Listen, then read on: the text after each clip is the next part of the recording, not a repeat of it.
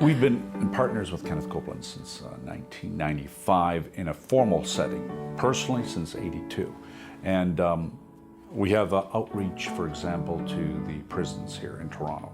Kenneth Copeland is supplying us with all the materials to bring in there free. And so they've been right behind us on that. There's this spiritual connection too, is, you know, the Copelands, they pray for their partners. That's right. Right? So that will make a difference. That commitment to prayer was a big thing for us. When they say they're going to pray for you, they mean they're going to actually pray for you. And you hear that as a cliche, I'll pray for you, brother.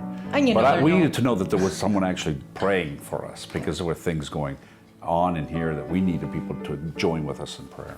Even though I may be one in a million, I think. I mean, even though he doesn't know me. He doesn't know me. Personally. There's an element that he's connecting with me on before the Father. And I think God honors that. Yeah. He honors him for it, and he honors me for it. We were looking for a property. I just assigned someone, would you go look for properties? And she's a police officer in our congregation. And so we sent her out, she knew the area, and found this property. When we first came to this neighborhood, just driving down the street, sort of depressed. It was oppressive. It was darkness really abound in this area. And so we had people that would come by and just say, well, you sure you want to buy that property? You know, it was, it's in a tough neighborhood. The street was just littered with strip joints. I mean, there was about There have been shootings in the area. Shootings, was there 6 or 7 strip joints on it? And it had gotten this name, Rex Jail. They just kept raiding these places. The word that came to us, though, when we came and stepped on this property, when we came to see the property, we knew that this was where God wanted us. This would be a lighthouse.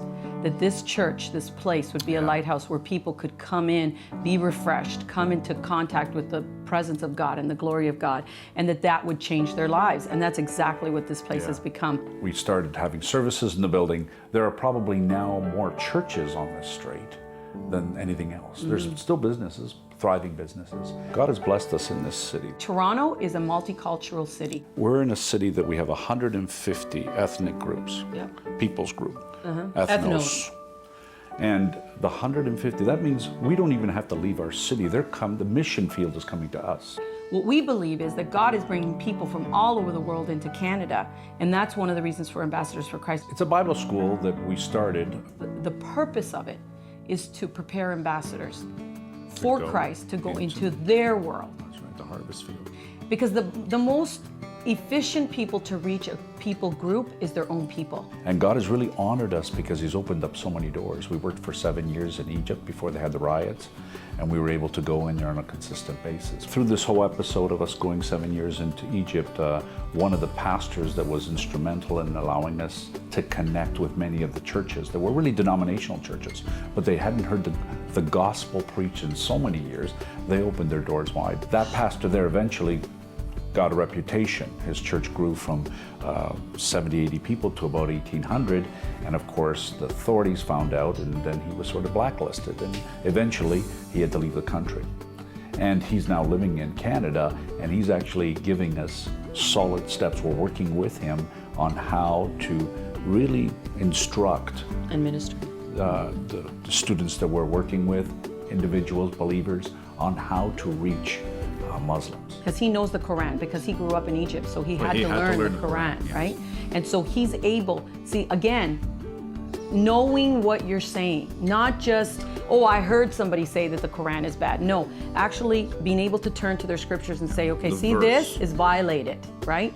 And knowing what the Quran says about Jesus, because it does speak about Jesus. Knowing what the Quran says about the Word of God, because it does speak about the Word of God. And so the course that we have at ACBS right now is training these students, our students, how to be able to witness to a Muslim using the Quran, right? And bringing in the gospel. Teachers are people that inspire, that know how to put into other people's lives the crucial tools for them to be successful. That's what teachers are. If you think of Brother Copeland himself, he's a unique He's very communicator. Unique. Yes, very. So when we saw him for the first time, we thought, okay, this is a little different. I mean, he's very bold. He's there. He's tenacious. You believe it this way, or you're on your own. Yeah. And so we took that at face value, and we started immediately reading his material, and we realized that here's a gentleman that believes the word would work. And it has. And it has worked. And it's worked for him, and it's worked for us.